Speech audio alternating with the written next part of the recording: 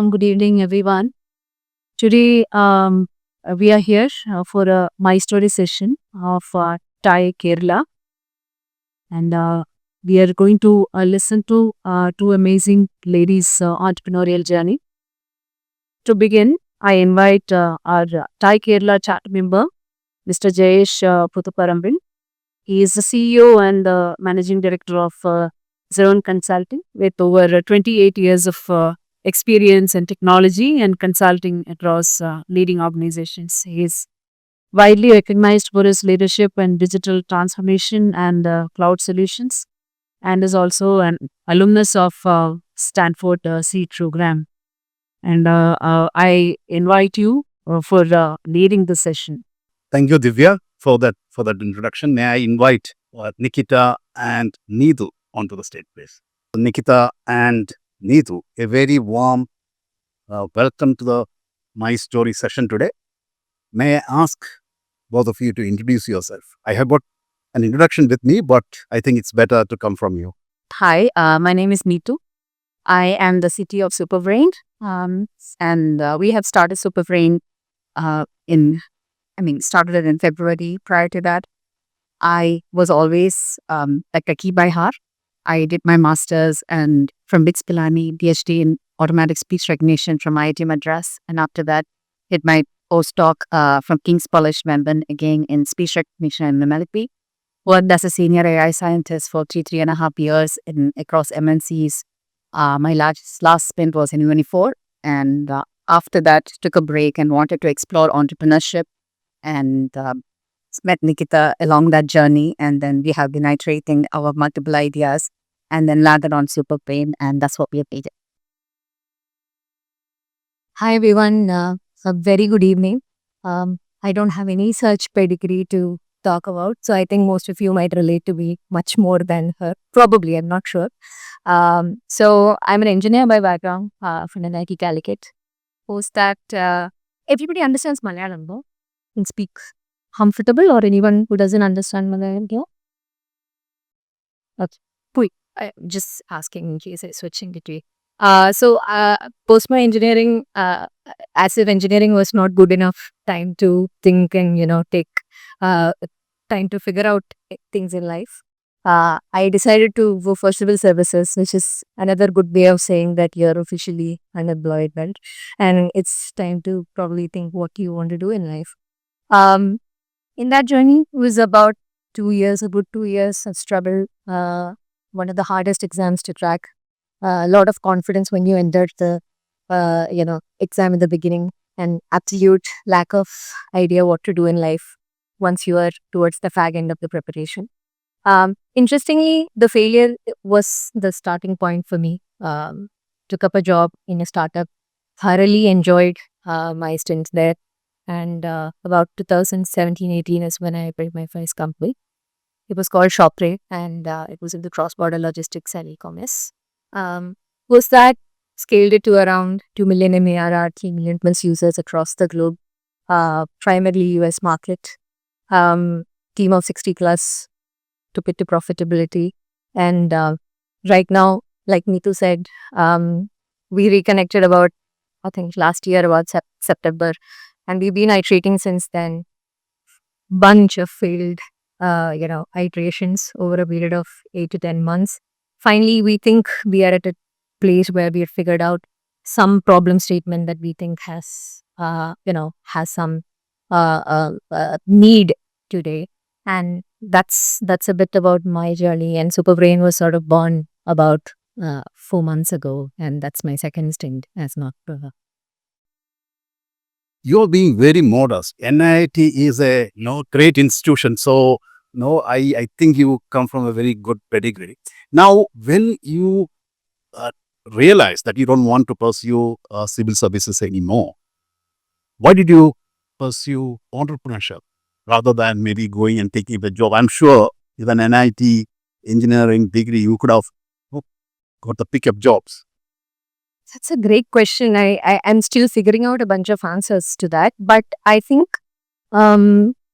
civil services, the intention for me to take civil services was one, to explore beyond my, my potential to the maxi. How can I do that? And probably 12 years ago when I started, when I had options in front of me, civil services was a very obvious choice for me to ensure I can explore my potential. There was very less say in the startup system at that point in time. But 2014's 2 years down the lane when I almost, realized that the preparations were in the right direction. The startup ecosystem had started thriving so well. So I was in Delhi working in a startup while studying at the same time. And what I realized was that it was amazing. I mean, I was feeling absolutely amazing to sort of work there. You're very close to customers, you're figuring out a lot of things. And that was the time your Flipkarts, your Zomatos, your, housing.coms of the world were sort of rising. So I think where I could resonate was that it again looked to be like an avenue where I could probably explore my potential beyond a regular job. It's not to say that any job is any less for that matter, but I just felt that maybe I would be able to do that. And my first stint as an entrepreneur definitely proved that I was pushing my limits every day. It's be it from a mental stress, physical stress, strategic stress, all areas. Right? You're pushing yourself, figuring out stuff. So that validated, and then of course continuing the madness for the second time. So, yeah. Neither coming to you, you had a corporate career. You passed out from your education and then stuck that corporate career. At what point did you think or decide that I want to be an entrepreneur? And what was the motivation for that? I had an amazing corporate career. I worked throughout in research development teams in both stints that I worked at. And coming from a research background, getting that sort of a job was, the best thing. But then after 3.5 years, the type of projects that you get started getting a little bit, same old, or depends upon what the company wants, and you are not never exploring anything beyond that box. And there were so many things, and AI was getting its big boom. And there are so many things that you want to try out, and most often end up being your hobby projects. Nothing takes off. And at the end of the day, there's nothing. You get the salary. There is nothing much beyond that. So that's when I decided, okay, anyway, the job is there. Have made decent amount of money till that can. Let me take a break. Start exploring, what this entrepreneurship looks like. Now, my husband is an entrepreneur also. So I knew what, that startup journey would look like. So I had a lot of, fatigue through the window before how I jumped into this. So I come from, other than his experience, I don't have any experience in startup world. And if you had asked me prior to this thing, if I ever become an entrepreneur, I was a big fat no. I never want to have that madness or anything. And then so I thought, okay, let's take baby steps. I became part of Antler's Entrepreneur in Residence program. It is a 4-month program where they teach you all about entrepreneurship. You go with an idea, they just test you out as if like in a pressure cooker, and then expose all the KVs, and then helps you identify lots of spins. So it's like you slowly start liking this madness. And then I found somebody who liked that madness along with me. And then, yeah. Let us come to Super Brian. What was the moment or problem that motivated you to come up with this product idea? So I guess we were iterating, like I said, from the month September was sort of the time when we started iterating. Because of her background in voice AI, I think our natural thought process was how can we leverage that experience and figure out other solutions that we can build. We started with healthcare as an industry, which is a very telephone heavy industry. So, which is heavy, operationally very heavy and extremely telephone heavy, right? So picking that industry, we said that we tried to build voice agents. Again, it was not our thought. We spoke to a bunch of hospital chains, including, the Manipals and the like. All of them definitely resonated with the need for having voice agents in some format. These are for reception calls, your post-discharge feedback calls, post-surgical treatment, follow-up calls, so on and so forth. So in our pursuit of building a voice agent is where we realized that while there is so much noise about how you can easily build a voice AI agent today, it is still very challenging to easily be able to sort of build a voice agent. And the primary core problem where we reached was that it was easy to sort of reach a demo stage of showcasing how a voice agent would work in certain conditions. But the moment we had to put this into production in large scale use cases, somehow it failed for some reason. And that was the core insight which led us to build Superbrain, which is what is missing between a demo and the production use case is a layer that can monitor, observe, recall, and understand where the voice agent is failing and create a sort of a loop that can help improve the performance of the voice agent. So that was the core insight that kind of led us to build Superbrain. Can we deep dive to this part? Because AI is something that is very disruptive, and everybody, including me, believes that it will be hugely disruptive to all the businesses. And a lot of our audience here might be thinking of building something on top of AI. And the challenge usually people find is, what am I going to build? So any thoughts on how can they go and find problem statements? Right. I mean, so like I even with my previous company and this one, right? There's no golden problem statement available for sure. Even what we're building today was sort of a consequence of the iterations that we have done. So my only thing that I think the learning that I have had is that you start somewhere. It could be a really stupid place to start off, doesn't matter. But from that small space, you iterate and you really will land in the right problem statement, provided you follow a certain framework, which is talking to the people who are in that ecosystem, figuring out if they're really facing that issue.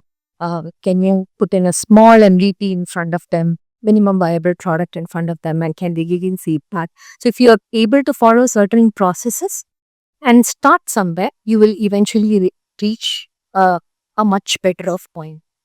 Also, you can only reach a much better point. You can never reach a golden problem at any point at time, right? So even we are probably better than where we were yesterday, but I'm sure that we'll also change a bunch of things over a period of time based on the insights that we gain over a period of time. Great insight, Nikita. Now, can we go a little more into detail about your product? Now, what does it do? What's the problem you're solving? You touched upon it, but a little more detail on not revealing your secret sauce if there is one. There aren't any more secret sauces. I think everybody can build because tech is not the mode anymore, for sure. So I think the simplest parallel that if I had to draw is in call centers, you would have human agents, right? Human agents, once you hire people who can answer these calls, the hiring is just the first part, right? It's just the starting of, the whole flow. Once you hire somebody, they go through a certain training. Post the training, once they're on the job, there are, on the job training that happens. And while, say, you're on the job, you realize there are certain use cases you don't know how to sort of answer them. You escalate at the right time to your manager, right? At the end of the month, you have a manager who comes and gives you feedback about your work and tells you how to improve certain areas. This is not how you're supposed to answer certain things. This is how you could improve, so on and so forth. A very similar, solution is required even in the voice AI agent space for it to be scaled in organization. So voice agents also need to be monitored. They need to be observed. They need to be, understood where things are failing, and you have to teach a voice agent where things are failing and how it can improve further. So that's the layer we are trying to be. A very similar human agent performance is the closest that I can draw parallels to. But if you want to add in, and probably the three observability, We are making people who build voice agents make it really easy for them to test to see how good their voice agent is.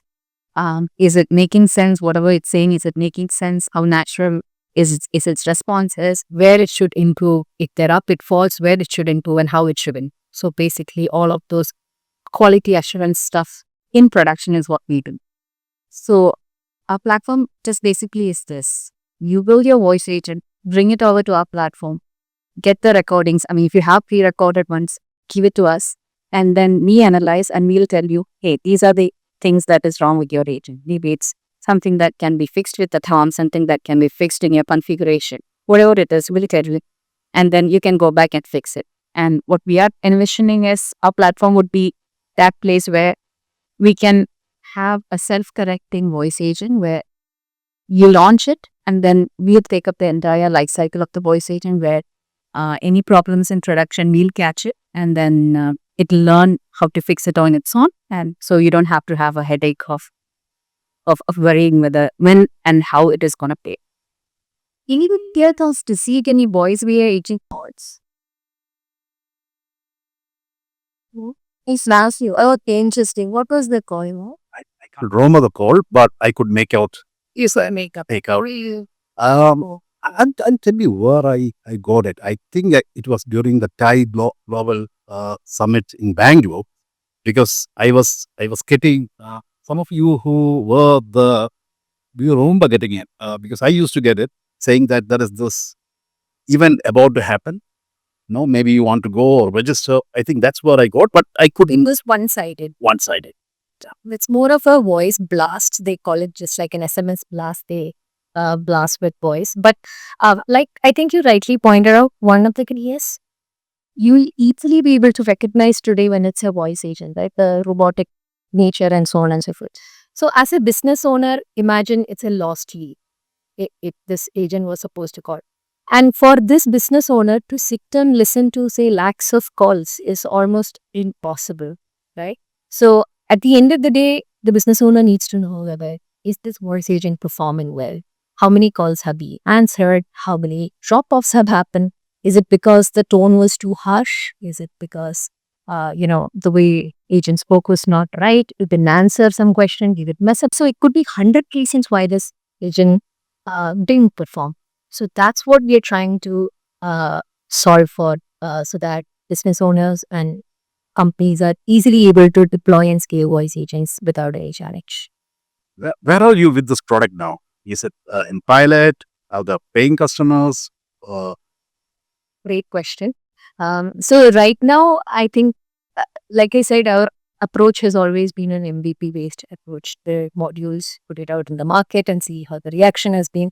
So we've got a few design partners in place with whom we are co-building this product basis the struggles that they are facing. So we have two companies based out of Bangalore, one in Trivandrum, another in the US. All these are our design partners with whom we had sort of moving from an MVP stage to build a product ourselves. Yeah. I think you're making great progress. It's less than a year, so I think you have what you call covered a lot of ground. Now I know that you had another startup, still having another startup. Now, why a second startup when there is already a fairly successful startup that you are running? Human madness never ends, like they say, right? I think for me, one of the core reasons was that I was able to do a lot of justice to that company to a certain scale. Like I said, about 2 billion in ARR. So spent about good 6 years trying to build that company. Always felt that I wanted to build something in the SaaS space. I missed the SaaS wave, but luckily an AI wave has come together, and interestingly met somebody from a tech background who could, be complementary to my stay at Ramo from a business marketing product background. So looked like a lot of things were coming together, and it was a question about sort of giving some time, iterating and seeing can we land on something interesting. If I was enjoying the journey, my thought process was take it forward. And interestingly, it was a really fun journey to, start off like, and that's how continue with it. Your Shoptree, it is a B2C business, and now you are getting into a B2B business. Now, how do that you explain? Being able to, it's two very different customer segments, and do you think it's easy to manage? You will have to change hats probably multiple times every day to start thinking from a B2B point of view to B2C. Has that been challenging?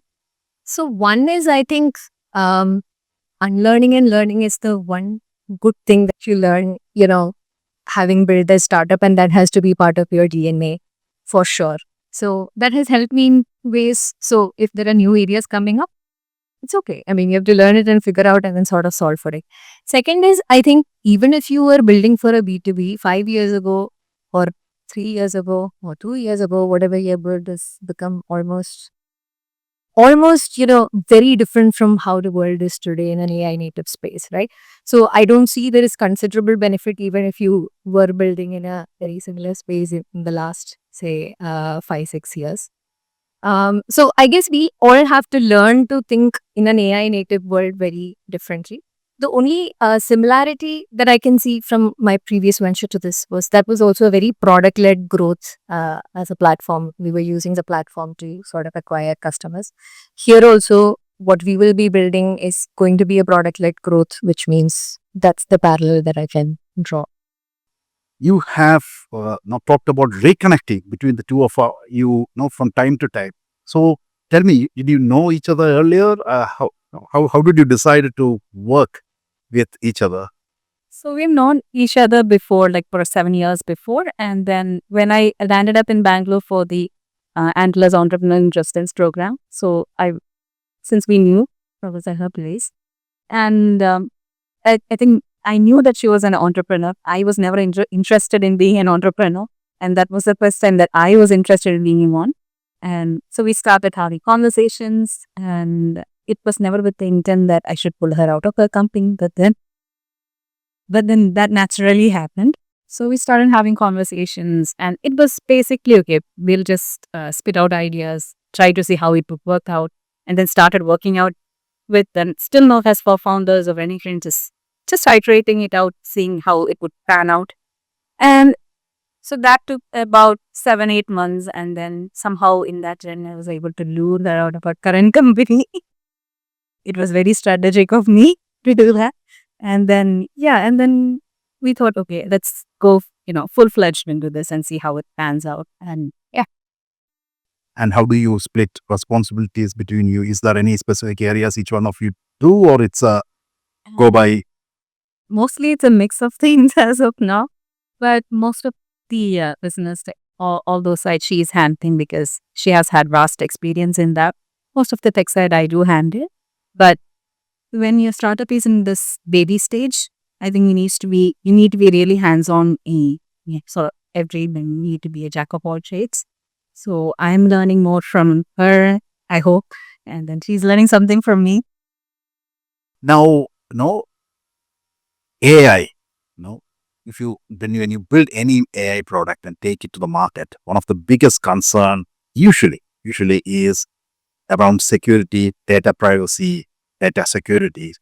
Have you come across those challenges, and how have you solved?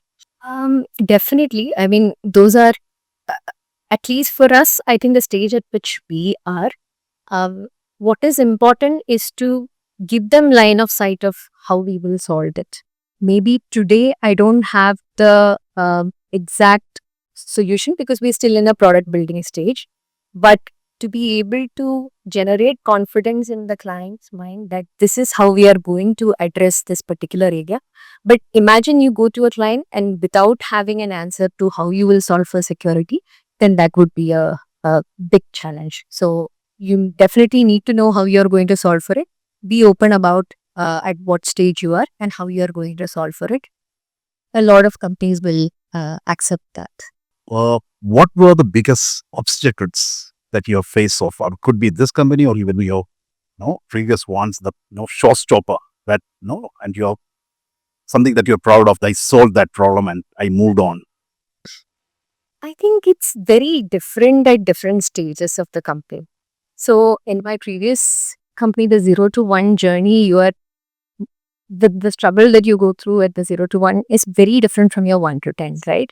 At 0 to 1, you're figuring out how to get that first customer, first team member to trust in whatever you're building. You probably don't even have an office. You're operating out of a room. This guy has to come in and then, feel okay to.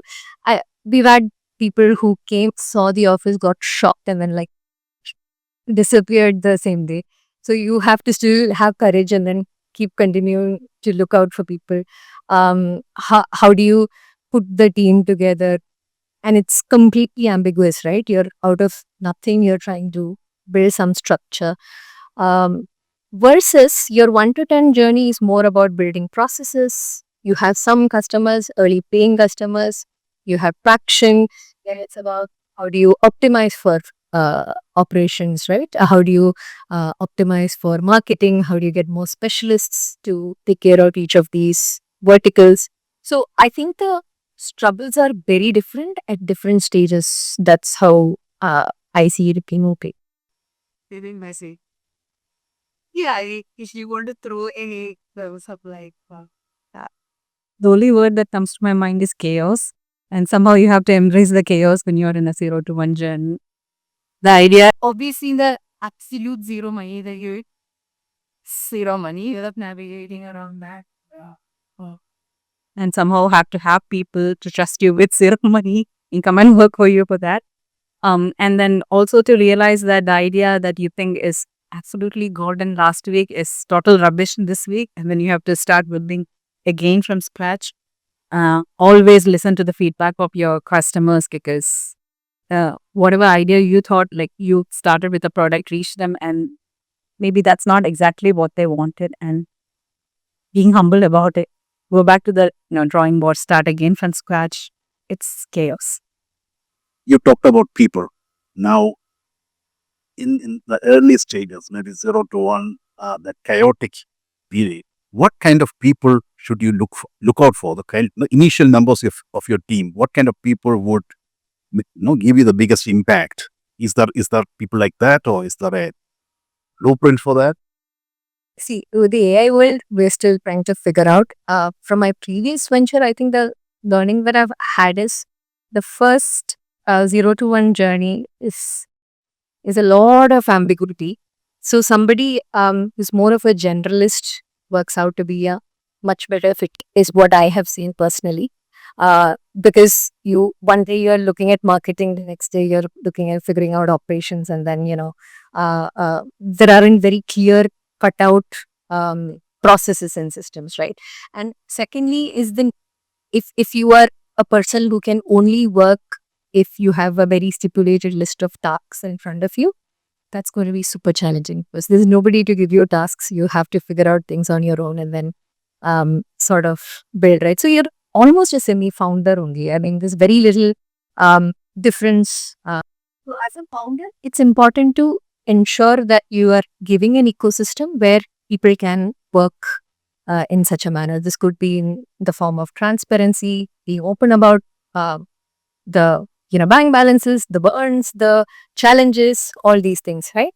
And the people who like to thrive in such an ecosystem. The 1 to 10, like I said, more specialists who can come in and create structures, processes, optimize for things. So marketing, say, you've taken it to a certain number of customers, but how do you ensure that there is some framework to whatever you have done, right? So for me, it's more of like a more larger chunk of generalists in the beginning and more specialists later on.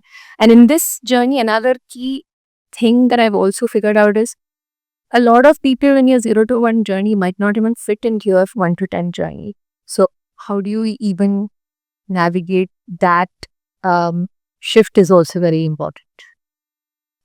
Now, I was talking to Revati, who used to drive Thai women initiatives. And one of the statistics that she shared was that of all the fundraising that happens, only around 3% goes to women entrepreneurs. I found it stark.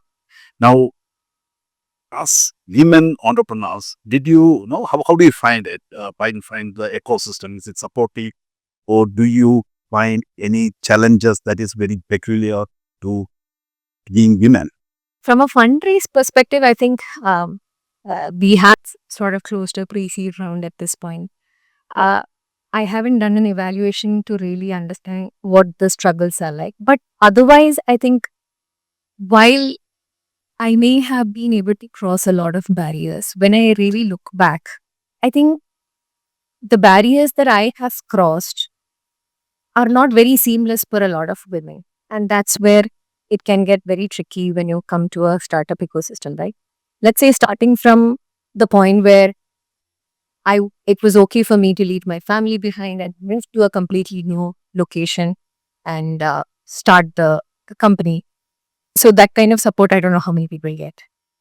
Say the first place we took as an office space is a first floor of a house, house. It's sort of like people coming in and going till from morning 6 to 12 because that's how we used it in work, right? So an owner who was willing to allow a girl to stay alone and run a company with people walking in, walking out. Again, I don't know how many people get that freedom, right? To get a very good mentor who would push you to get into meetings even in the middle of the night. Most of these meetings are going to be dominated by men. So to make your voice there, to go and speak, figure out solutions, somebody had to do that push to me. Again, I don't know how many women get such opportunities, right? So then, of course, there are programs like, say, Goldman Sachs, 10,000 Women, which really helped you and elevated you to, certain levels. So while I was able to cross those barriers, when I look back, I realized that it comes with a lot of privilege and, luck that has been around me and the amazing ecosystem around me and my family here supported that, right? I'm not sure how many women are able to cross, which is why I think that's where the biggest struggle is. Yeah. So to even reach a fundraising stage, it's a significant distance from your day zero, which is what I think is the first barrier that all of us will have to cross. Because you work both in Bangalore and in Kerala. Let me put it this way. The ecosystem in Kerala, is it supportive enough for uh, for entrepreneurs? And what more would you like to see happen here? So I think to answer your question, yes, definitely. That's the short answer. The long answer is, are we still like there in comparison to say a Bangalore or so on and so forth? Maybe not, but we are definitely, I think, in the path and in the right path. So say, and the simple example is that when I started Shopre, um, it was unimaginable to start something in Kerala, honestly. It was much more harder, especially as a logistics service business to even your service providers were not very, you know, um, uh, uh, friendly to startups, right? And while I did try to start something here, it was almost very hard for me, say 8 to 10 years ago. But today, when we are doing our second company and we are sort of having it here, um, that means there's so much that has changed, and we are able to start here is a great progress from where we were 8 years ago. Bangalore, I think, evolved to be a hub, like say Silicon Valley, and there are reasons in which why that has sort of evolved to become like that. What I think is we have a lot of learnings from that ecosystem that we can pick and implement here. The biggest thing is that we have one of the best workforce or intelligent pool of human resources here. I think it's about further pushing the ecosystem to align. But really, I think we've received a startup grant from the seed fund. The second tranche also is something that we have received. So it's great progress, but I think a long way to go properly with the Bangalore ecosystem. But that's natural considering the time frame that I don't think it's an apple to apple comparison that we should be doing. I think we are coming to the I've exhausted the time that Divya have allocated to us. But before we stop, what advice have you got to give to people here, who are starting their entrepreneurial journey, or who are thinking about doing it? Yeah, I think I always have just one. The thing is, a couple of things if I had to. One is definitely just start, which is e- understand the importance of an MPP, and if you're able to start today, kal kare so aaj kare so ab. That's the motto. I think it could be with a full-time job. How can you spare your weekends to start by spending a couple of hours towards the project that you think is what you like? Step it up from there, little by little by little, right? So starting today is definitely one of the first thing. Second thing is, I don't believe in building something as, oh, I don't have a boss and that will help me, I can do things on my own. I totally disagree to that, because I think here your customers and your vendors and your team members and your investors are all going to sit on top of your head, and it's a balance that you're going to drive across these stakeholders, right? So, um, startup need not be everybody's cup of tea, but if you think you like that ambiguity, and if you're able to, if you want to create an impact beyond a certain range, is where you sort of fit there. So evaluate that. Having a no boss, I can be the owner of all decisions, might not be the right reason to start. I guess I can reason probably what I. So let us end where we started. No, you left a corporate job, went down this road. You now went down that road, decided to jump into entrepreneurship after so many years and months that you have done. Any regrets? Would you want to go back? Do you think my friends are leading this corporate life? Any regrets, or are you quite comfortable with the decision that you have made? I think the grass is always green on the other side. So I wouldn't deny that there are moments, obviously, that I have thought, ki, wow, I wish I could just be there and then, not take all these headaches together. But there are also these lovely moments that come in. And I'm pretty sure it's like that for the other side of the grass as well, right? So I think it's all of us trying to navigate this landscape. There are good moments plus bad moments, but for me, the good moments have really stayed, largely very strong in my mind, which is what pushes me to continue in this path. I think all of us can easily probably find a corporate stint, but somehow the madness in this is somewhere fun. While it's also taxing, I have to keep saying that. Um, uh, but yeah, it really, the good moments really push you to keep moving forward, I guess. And it's also about understanding your own strengths and aligning it to, what is required, right? I think the skill set that I carry might sort of fit better in this space rather than probably a corporate stint. So the end of the day, it's not that one is better than the other. It's just that how well are you aligned in terms of your skill set and what you're doing. That's all that matters. So you'd mentioned right at the beginning that tech is not promoted anymore, and even CEO of Perplexity agrees with you on that. So, for AI-based founders or any founders, for instance, who is in the tech field and up and coming, what would you suggest to focus on to build our moat at? What would you suggest to focus on to build as our moat in our company? It's how deep you go into a workflow that's going to be creating your moat.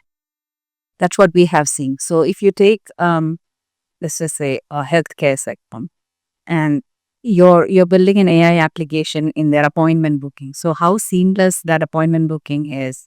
From there, you are taking the ownership from end to end. So updating it in the CRM, reminding it, that entire workflow that a human does, if your agent or whatever you're building can do it.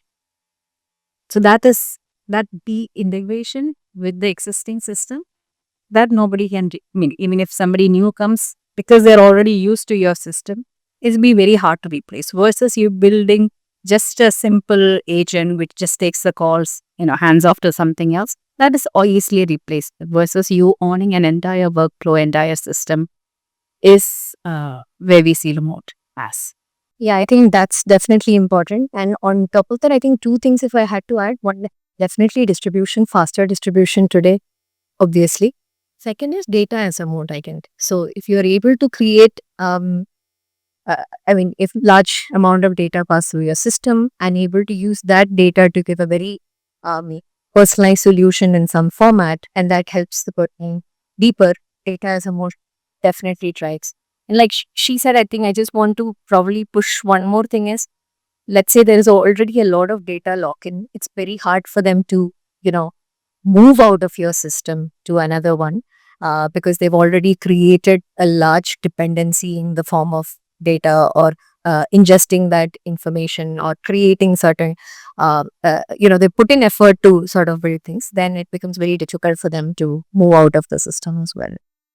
Hi, ഞാനും voice സ്പേസിൽ തന്നെയുള്ളൊരു ആളാണ്. അപ്പം tech ഒരു മോട്ടല്ല എന്ന് പറയുന്നെങ്കിലും ചില problems ഇപ്പോഴും solve ആയിട്ടില്ല എന്നൊരു തോന്നുന്നുണ്ട്. ഒരു ഉദാഹരണം പറഞ്ഞാൽ ടേൺ ഡിറ്റക്ഷൻ, അത് വളരെ നാച്ചുറലായിട്ട് ഇപ്പോഴും ശരിക്കും സോൾവ് ആയിട്ടില്ല എന്നൊരു തോന്നലേക്കുണ്ട്. പിന്നെ ഇന്ത്യൻ വോയിസസ് ഇപ്പോഴും നല്ലപോലെ ട്രെയിൻ ചെയ്ത ഒരു ഡാറ്റ മോഡൽ ഇനിയും വരാനുണ്ട്. അപ്പോൾ അത് ജസ്റ്റ് AI കൊണ്ട് മാത്രം സോൾവ് ചെയ്യാൻ പറ്റുന്നൊരു സംഭവമാണെന്ന് തോന്നിയിട്ടില്ല. അപ്പോൾ ടെക്കിൽ വോയിസയിൽ ഇനിയും വരാൻ കിടക്കുന്ന കാര്യങ്ങൾ സൂപ്പർ ബ്രെയിൻ്റെ റഡാറിലുണ്ടോ അതോ? സോ ഞാൻ ടെക് ഒരു മോട്ടല്ല എന്ന് പറയാൻ കാരണം എന്താണെന്ന് വെച്ച് കഴിഞ്ഞാൽ, ഇപ്പം it's not too hard to build the tech. ഇപ്പം ലെറ്റ്സ് സേ നമ്മളാണ് ഫസ്റ്റ് ടു ബിൽഡ് ദാറ്റ് എങ്കിലും നാളെ വേണമെങ്കിൽ അതൊരാൾക്ക് ഈസിലി ബിൽഡ് ചെയ്യാൻ പറ്റുമായിരിക്കാം. പക്ഷേ what you can do is you can always pick up a very unique niche use cases like you say, and identifying there is a need in that use case and building around it is going to be the solution that you're going to package, right? That becomes your moat എന്നാണ് എനിക്ക് തോന്നുന്നു. And to answer your question about are we picking very specific India way problems, അതായിരുന്നു second question. അല്ല, ഞാൻ tech സൈഡിലുള്ള ചില problems voice ഇപ്പോഴും solve ആയിട്ടില്ല. അതാണ് ടേൺ ഡിറ്റക്ഷനും പിന്നെ ഇന്ത്യൻ വോയിസസ് വരുന്ന ഒരു വോയിസ് മോഡൽ, ഒരു text to speech model. Turn detection currently ഒരു സ്റ്റാൻഡേർഡ് ഒരു അൽഗോരിതം വെച്ചിട്ടാണ് ഇപ്പോഴും നിങ്ങൾ കാണുന്ന എല്ലാത്തിനകത്തും ഉള്ളത്. So if somebody is bringing about a new algorithm in that, obviously we'll also be trying to bring about our proprietary ones. Yes, that would be that slight technical mode. And to answer the second question, Indian context, so there is Sarvam, there is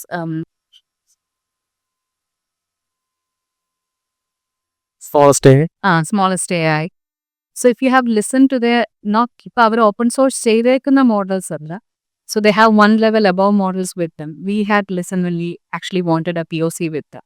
So those are like super good. They are not releasing it as API clear to the audience. So it's always a data game. So they're training it out on 7,200 hours of data across 10 languages. Not all the Indian languages, but then they are super good. And obviously there's a lot more increase and that has to come. പക്ഷെ ചെറിയ പ്ലെയേഴ്സേ ഉള്ളൂ, പറഞ്ഞ പോലെ സർവം ഉണ്ടായിരിക്കും, smallest ഉണ്ട്, അങ്ങനെ കുറച്ച് ഇന്ത്യൻ പ്ലെയേഴ്സേ ഉള്ളൂ. And I think there is lot, I mean building in for an Indian context is also pretty hard. കാരണം മലയാളം മാറുന്നു പറഞ്ഞാലും അവിടെ തൊട്ട് ഇവിടം വരെ എത്ര വേരിയൻസ് ഓഫ് മലയാളം ഉണ്ട്. So it's not like one model which has to cater to all of this versus an English. It's kind of limited in, the number of variations. So I hope more of those things would come up. And so far, what I have seen, the smallest chance of them, the models are pretty good for the 10 languages that they offer. And even Kritrin's ones were also.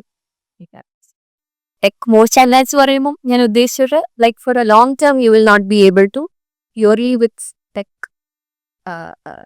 Keep that as a mote.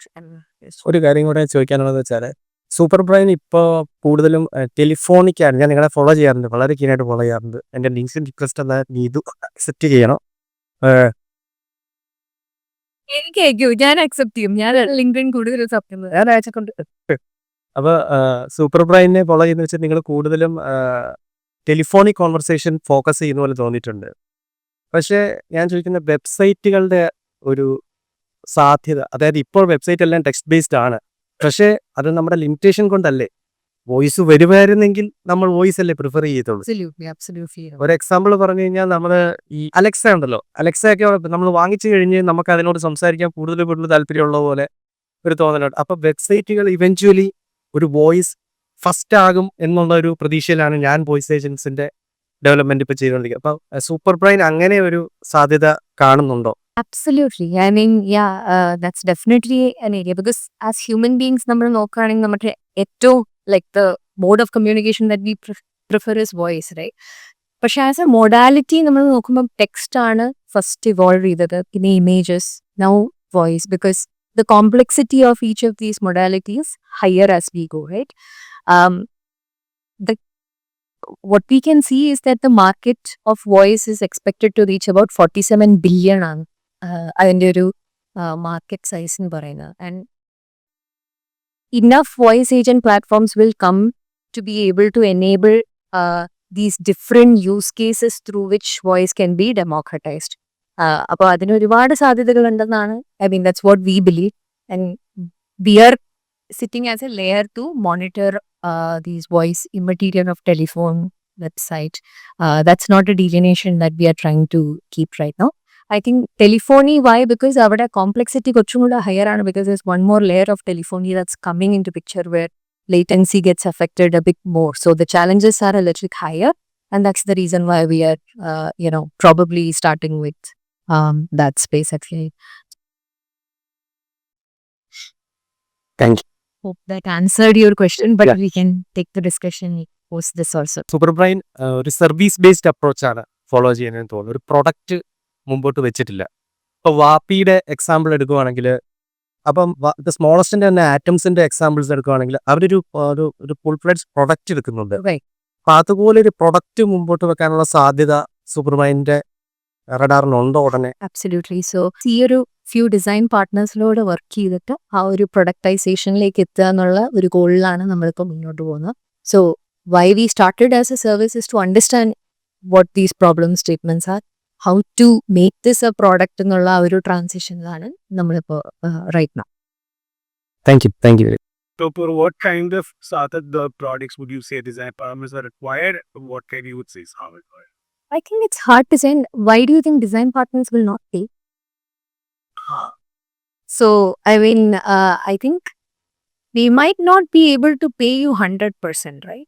But somewhere this is what 100% of your product looks. Today you have only this small module. So you sort of prorata it to that small module and ask for payment. So, it's a question about how important this client is to you versus, so for example, there's this super big client and our client ഒരു പേര് വന്നു കഴിഞ്ഞാൽ can change the dynamics in which you can acquire your further clients. So in such cases, he might actually run it free through free trials and so on and so forth. But at the same time, you can find design partners. He will ensure they pay you because they're looking for this solution very desperately. They need it, and they'll be willing to pay you. So I think it's a balance and combination based on what outcomes you want. See, absolutely no payment എന്നുള്ള ഒരു concept ഒന്നും ഇല്ല. It's a case to case basis. You can figure out is what I get. Yeah, thank you for all of you to come and spend time on a Friday evening. We appreciate it. And now over to Divya. Thank you very much for this very interactive, engaging discussion. So, as a token of gratitude, that's a small gift from Thai Kerala.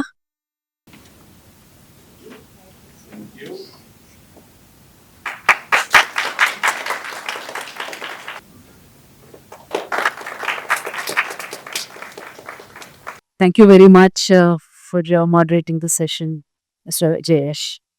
And you all can, thank you very much, participants, for joining us. And please join us for the tea also after this. Thank you.